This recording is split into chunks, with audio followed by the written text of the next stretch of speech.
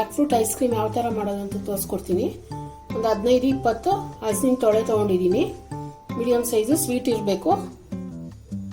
ಇದನ್ನ ಪೇಸ್ಟ್ ಮಾಡ್ಕೋಬೇಕು ಮಿಕ್ಸಿಗೆ ಹಾಕಿ.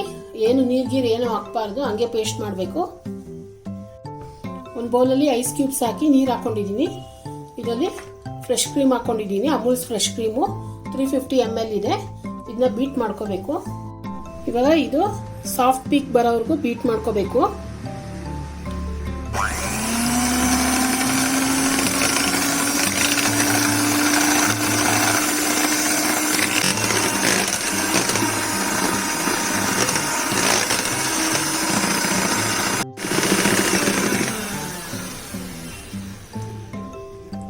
ನೋಡಿ, ಈ ತರ ಸಾಫ್ಟ್ ಪೀಕ್ ಬರಬೇಕು, ಕೆಳಗೆ ಬೀಳಬಾರ್ದು.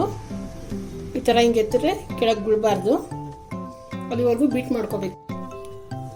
150 ml ಕಂಡೆನ್ಸ್ ಮಿಲ್ಕ್ ಹಾಕೊಳ್ತಾ ಇದ್ದೀನಿ.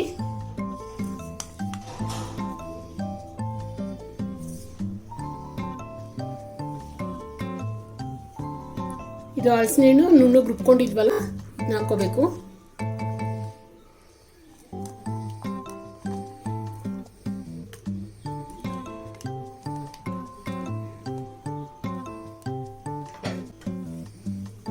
ಸ್ವಲ್ಪ ಲೈಟಾಗಿ ಬೀಟ್ ಮಾಡ್ಕೋಬೇಕು. ಎಲ್ಲ ಮಿಕ್ಸ್ ಆಗಬೇಕು, ಮಾಡ್ಕೋಬೇಕು. ಎಲ್ಲ ಮಿಕ್ಸ್ ಆಗಬೇಕು ಈವನ್ ಆಗಿ. ಸ್ಪೂನಲ್ಲಿ ಚೆನ್ನಾಗಿ ಮಿಕ್ಸ್ ಮಾಡ್ಕೋಬೇಕು ಇದನ್ನ.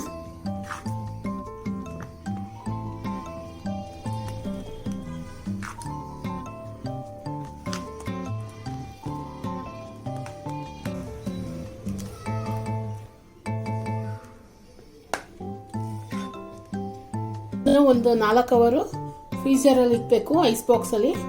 ಅದು ಸ್ವಲ್ಪ ಐಸ್ ಎಲ್ಲ ಕಟ್ತಾ ಬರುತ್ತೆ.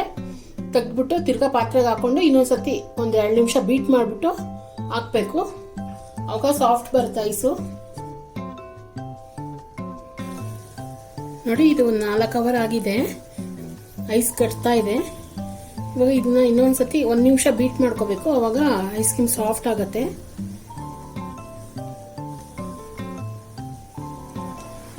ಸ್ವೀಟ್ ಕಮ್ಮಿ ಅನ್ಸಿದ್ರೆ ಇನ್ನೊಂದು 50 ಗ್ರಾಮ್ ಕಂಡೆನ್ಸ್ ಮಿಲ್ಕ್ ಹಾಕೋಬಹುದು, ಇಲ್ಲಾಂದ್ರೆ ಸಕ್ಕರೆ ಪೌಡರ್ ಹಾಕೋಬಹುದು, 1 ಟೇಬಲ್ ಸ್ಪೂನು.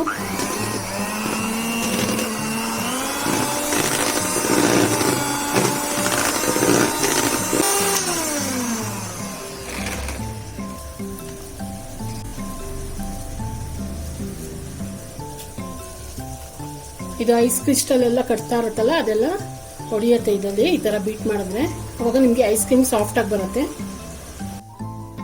ಇದು ಚಾಪ್ ಮಾಡ್ಕೊಂಡಿದೀನಿ ಸ್ವಲ್ಪ ಹಲಸಿನ ಹಣ್ಣನ್ನ, ಇದನ್ನ ಹಾಕೋಬೇಕು.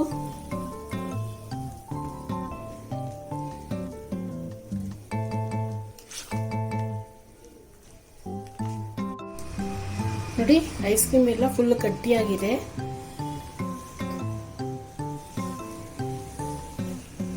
ತುಂಬಾ ಚೆನ್ನಾಗಿ ಬಂದಿದೆ.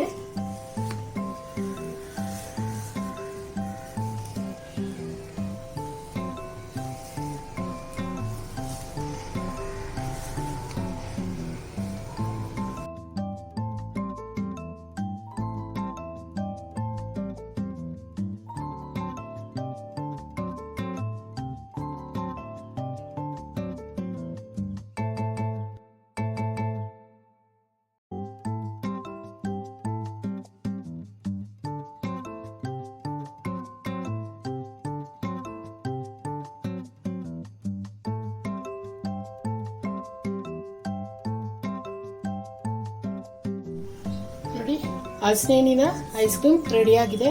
ತುಂಬ ರುಚಿಯಾಗಿ ಬಂದಿದೆ, ತುಂಬ ಸಾಫ್ಟಾಗಿ ಬಂದಿದೆ. ನೀವು ಈ ಥರ ಮನೇಲಿ ಟ್ರೈ ಮಾಡಿ. ರೆಸಿಪಿ ಏನಾದ್ರು ಇಷ್ಟ ಆದರೆ ಲೈಕ್ ಮಾಡಿ, ಶೇರ್ ಮಾಡಿ, ಸಬ್ಸ್ಕ್ರೈಬ್ ಮಾಡಿ.